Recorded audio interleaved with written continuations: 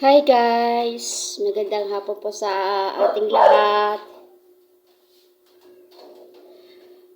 Araw po ng Huwebes po ngayon, September 7 ba? O tama, September 7. Mainit pa ang panahon ngayon, walang ulan.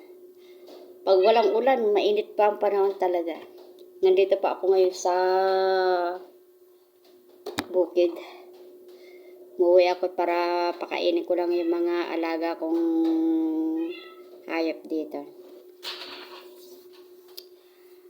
Ilang araw din na hindi ako makapag-vlog.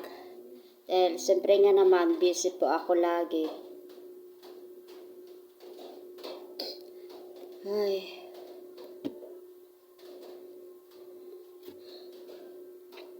Kahit pagod, sige pa rin, banat pa rin. Pero wag naman yung sobrang pagod ka talaga at nakakasama rin po yun.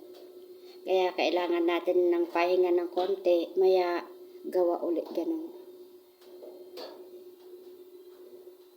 So, ano kayong magandang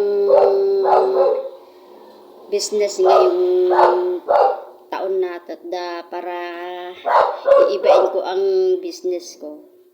Kasi pag sari-sari store, napakatumal talaga dahil wala pa akong gaano kapitbahay dito. May nagpapatayo naman pero layo-layo din.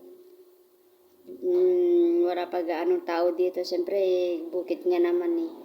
At madalang din naman na may dumadaan na sasakyan dito.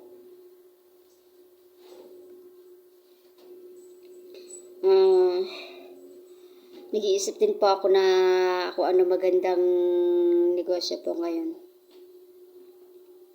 Kaya nag-uumpisa po ako ulit mag-ipon ng pangpuhunan ko talaga. Kahit na may part-time ako, kung mabili lang sana dito, bakit pa nga ba ako magpa-part-time ganun? Kaso wala na akong kinikita. Pambayad pa ng kuryente. Siyempre, pagkain pa.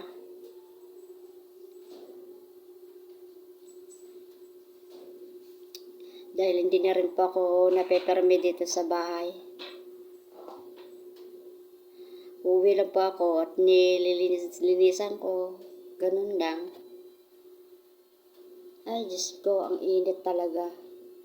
Pinagpapawisan talaga ako. At bagong ligo ka. Ay, naku.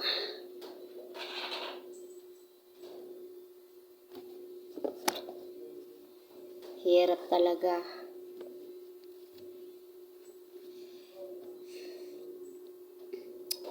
Sige po mga guys. Kaya lang po ay alis ako ulit dito sa bahay. Magpapahinga lang ako.